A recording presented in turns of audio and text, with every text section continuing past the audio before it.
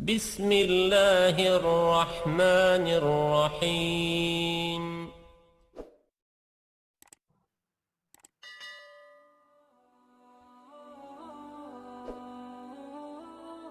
Assalamualaikum warahmatullahi wabarakatuh.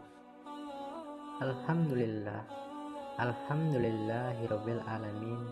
Wassalatu wassalamu ala asrofil anbiya'i wal mursalin wa ala alihi washabihi ajmain. Amma ba'du. Syukur alhamdulillah kita bisa berjumpa di channel ini. Salawat dan salam selalu kita tercurahkan kepada junjungan kita Nabi besar Muhammad Sallallahu Alaihi Wasallam. Allahumma sholli ala Sayyidina Muhammad wa ala ali Sayyidina Muhammad. Harapan dan doa saya, semoga saudaraku semuanya selalu diberikan kesehatan, dilapangkan rezekinya, diampuni dosa-dosanya, dan dipanjangkan umurnya. Amin ya robbal alamin. Sahabat beriman yang dirahmati Allah, pada kesempatan kali ini saya akan mengulas tentang bacaan dari surah Al-Baqarah ayat 255, yaitu ayat kursi. Ada banyak riwayat yang menyebutkan bahwa ayat kursi merupakan ayat paling agung di dalam Al-Quran, bahkan melebihi langit dan bumi, sehingga layak sekali untuk kita baca kapan saja, seperti waktu pagi dan sore hari, sebelum kita tidur dan setelah sholat fardu. Namun ternyata ada beberapa keadaan dan waktu yang kita tidak boleh membaca ayat kursi tersebut. Hal ini wajib diketahui karena agama kita melarang membaca pada saat-saat tertentu agar kita tidak terjatuh dalam perbuatan yang disangka mendapat pahala, malah ternyata menimbulkan dosa. Sahabat beriman yang dirahmati Allah, berikut ini adalah waktu dan kondisi yang dilarang untuk membaca ayat kursi. Yang pertama adalah saat kita sedang rukuk dan sujud. Dalam ibadah sholat, baginda Nabi melarang kita untuk membaca Al-Quran saat kita sedang rukuk dan sujud dalam ibadah sholat, sedangkan ayat kursi sebagai salah satu ayat dari Al-Quran tentu juga tidak boleh kita baca saat sedang rukuk dan sujud di dalam ibadah, sebagaimana disebutkan dalam hadis riwayat Imam Muslim dari Sayyidina Ali. Beliau berkata, Rasulullah melarangku membaca Al-Quran saat rukuk dan sujud. Lalu yang kedua, kita dilarang membaca ayat kursi ketika berada di toilet atau kamar mandi. Imam Nawawi dalam kitab At-Tibyan menjelaskan bahwa dianjurkan membaca Al-Quran di tempat bersih dan terpilih. Oleh karena itu, sekelompok ulama menganjurkannya membacanya di masjid karena telah memenuhi syarat dalam kebersihan dan tempat yang mulia.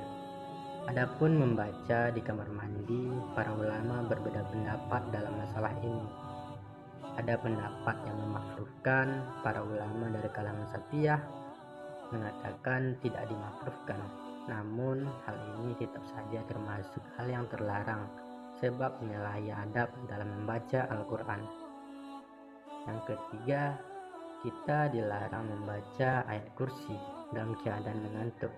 Imam Nawawi menyebutkan hal ini dalam kitab Atib yang bahwa makruh hukumnya membaca Al-Quran meski hanya ayat kursi saat kita sedang mengantuk. Hal ini bertujuan menjaga kemungkinan salah baca sehingga bisa merusak atau merubah bacaan dari Al-Quran.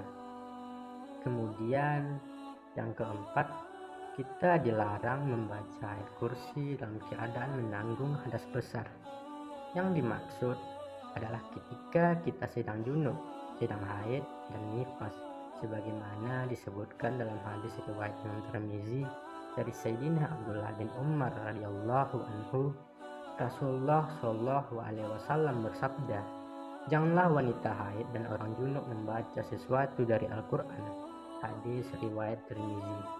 Kemudian Imam Nawawi dalam kitab Al-Azkar menyebutkan bahwa para ulama sepakat tentang bolehnya berzikir bagi orang-orang yang sedang menanggung hadas kecil dan besar seperti junub, haid dan nifas dengan bentuk zikir.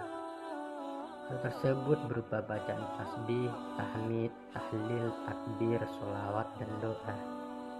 Akan tetapi, membaca Al-Quran haram hukumnya bagi mereka yang sedang junub, haid, dan nifas kecuali membacanya di dalam hati. Sahabat beriman yang dirahmati Allah, itulah ulasan tentang waktu dan kondisi yang dilarang untuk membaca Al-Quran.